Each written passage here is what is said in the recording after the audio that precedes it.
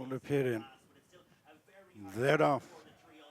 Breaking very smartly, the English runner over Poet Master. The Lester Piggott Gladness Stakes, it's a listed race, 9 over 7 furlongs. It is Poet Master who takes them along. Out on the left is Officer, who's followed by Big Gossey. On the stand side, Handy is Hurricane Ivor, being followed by Princess Child, and then Camille Pissarro, Lord Massousis, Mexicali Rose, and Pardon to Me.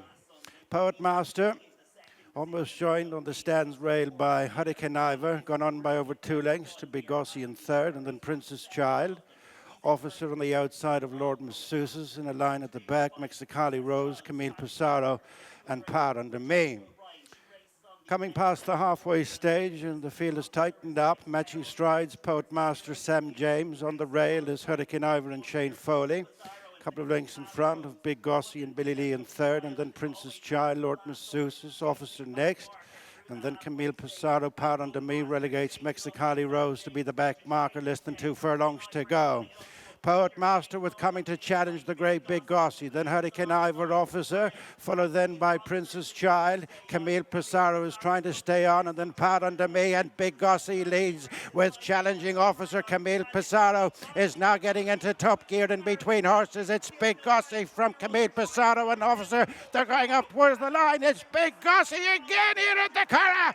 Wins the Lester Piggott Gladness from the stable companions, Camille Pissarro and Officer. Well, I tell you what, we've had a really fitting winner of our feature event here at the Curragh, the Lester Piggott Gladness Stakes. It's gone the way of Big Gossey, trained by Charles O'Brien, is with me now. And Charles, of course, Lester rode so many big winners for your father.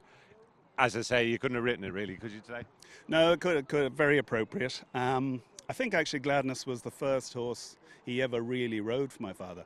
I think he won an Ebor on the top weight in late 50s, and I think that's where it all began. I think that's the horse that started the relationship. Wow! Just tell us, before we talk about Big Gossey, just talk to me about the relationship they had and your memories of it growing up. Well, it was a little tempestuous at times. They didn't always see eye to eye, but I suppose they were both geniuses in their own field, and it worked too. They left each other at it to a large extent. There wasn't an awful lot there certainly were never any instructions or anything like that. Lester was left to his own devices, and there's no doubt he got on very well with the Northern Dancer Lion horses. What was your favourite moment in that long association together? Plenty to choose from, obviously. I suppose I don't really remember the early ones. I mean, I was only 3 for Nijinsky. Probably the Minstrel's the first one I really remember. I remember him winning the King George, where Lester actually picked him up and lifted him over the line to beat, can't remember what's Peter Warwin's, I think, Orange Bay he beat.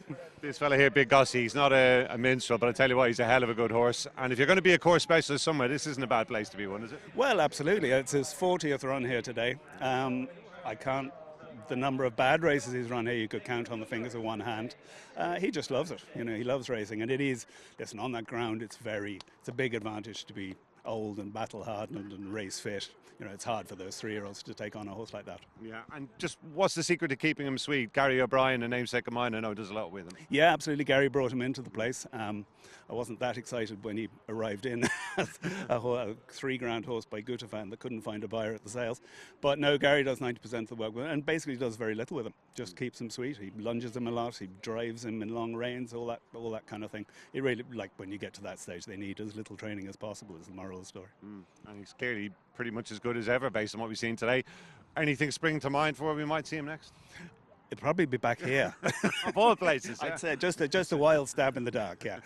No, I don't know. He might have put himself out of handicaps now. I don't know what the handicapper would do to him. He might be absolutely impossible to run the handicaps now. Well, so we'll see. It was some way for him to get into double figures today, Charles. Thanks for joining us. Well, I appreciate it. No problem. Cheers.